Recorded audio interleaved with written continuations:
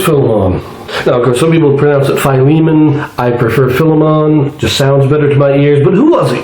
And why was Paul writing to him? You see, this is a bit of a unique epistle in the New Testament, because there are other epistles written from Paul to a specific person. Titus and the 2 epistles to Timothy are such epistles. But this one is also written to a specific person, but the other 3 are all written to bishops. They're called the pastoral epistles because they are explaining the office of bishop. This, however, Philemon, is a letter of recommendation. It is not a doctrinal discourse. See, Philemon was a convert in the city of Colossae, or Colossae, depending on how you want to spell it. This is a city about 100 miles east of Ephesus. It's not in the province of Asia, it's in the province of Phrygia, which would be a city in the first mission of Paul going through the Galatian area. So Philemon lives in Colossae. Why is Paul writing to him? Paul is writing on behalf of another man, and this man's name is Onesimus. Onesimus was Philemon's slave. Now, some scholars have argued that he was Philemon's brother, possibly his son, but it's almost certainly he was his slave. That is what most people agree. That's what has been thought since at least the 2nd century, maybe the 3rd century. This is how far back that goes. We accept that he was his slave.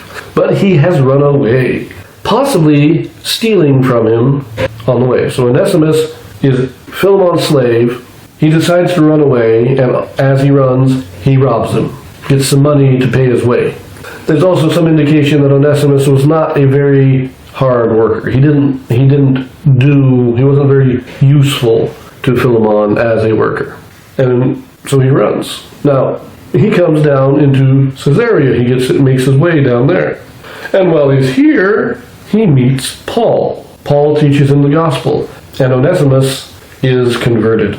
He becomes a companion of Paul. Paul finds out that he is a slave of Philemon. Philemon is an old companion of Paul. When Paul went through Phrygia on his either first or second missionary journey, he was a companion and fellow laborer in the ministry with Paul. Paul remembers him. They're good friends. Now Onesimus is his runaway slave. Paul convinces Onesimus to return to Philemon, and he gives him this letter of recommendation to ask Philemon not to pursue charges, not to punish Onesimus for running away, but to accept him as a fellow Christian because he has now been converted. He is now baptized. And while in Caesarea, he has apparently been very helpful to Paul in his ministry there. So he is sending him back because he is still a runaway slave, and he needs to make right that is a crime, and he needs to undo that crime. One thing to note is that in this epistle there is no attack against the institution of slavery. Paul makes no comment on whether slavery is good or bad. He simply says, he's sending Onesimus back to his master, and he's asking his master to treat him well. There is nothing in what Paul says to condemn slavery. But those who own slaves should treat their slaves well and treat them as brothers in Christ. And slaves should work well for their masters, should serve them well, and treat them as brothers in Christ. Anyways, that's the basics of what this letter is. Now, it is written from Caesarea while Paul is in prison here. This is around somewhere between 58 and 60 AD. On a more personal note for the people here, Philemon seems to be a leader in the church in the city of Colossae. Probably a branch president or bishop, somebody like that. And this is why I will say in the epistle that the church in his house, meaning he is the leader of a congregation.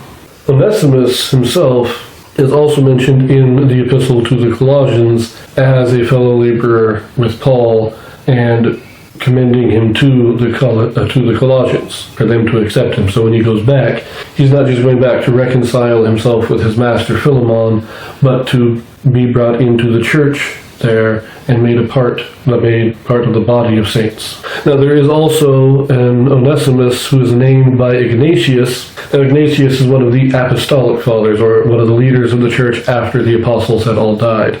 And he lists a Onesimus as the bishop of Ephesus. Now, Timothy becomes the bishop of Ephesus. After him, there is an Onesimus who is the bishop of Ephesus. It is unlikely to be the same Onesimus because of the timing, but it's possible. And if that is true, then it is likely that Philemon freed him and he became bishop afterwards. On a final note, I do find it interesting. The name Onesimus apparently was fairly common in the New Testament era, and it means useful. And it was a common name for slaves. So now, let us read Paul's letter of recommendation.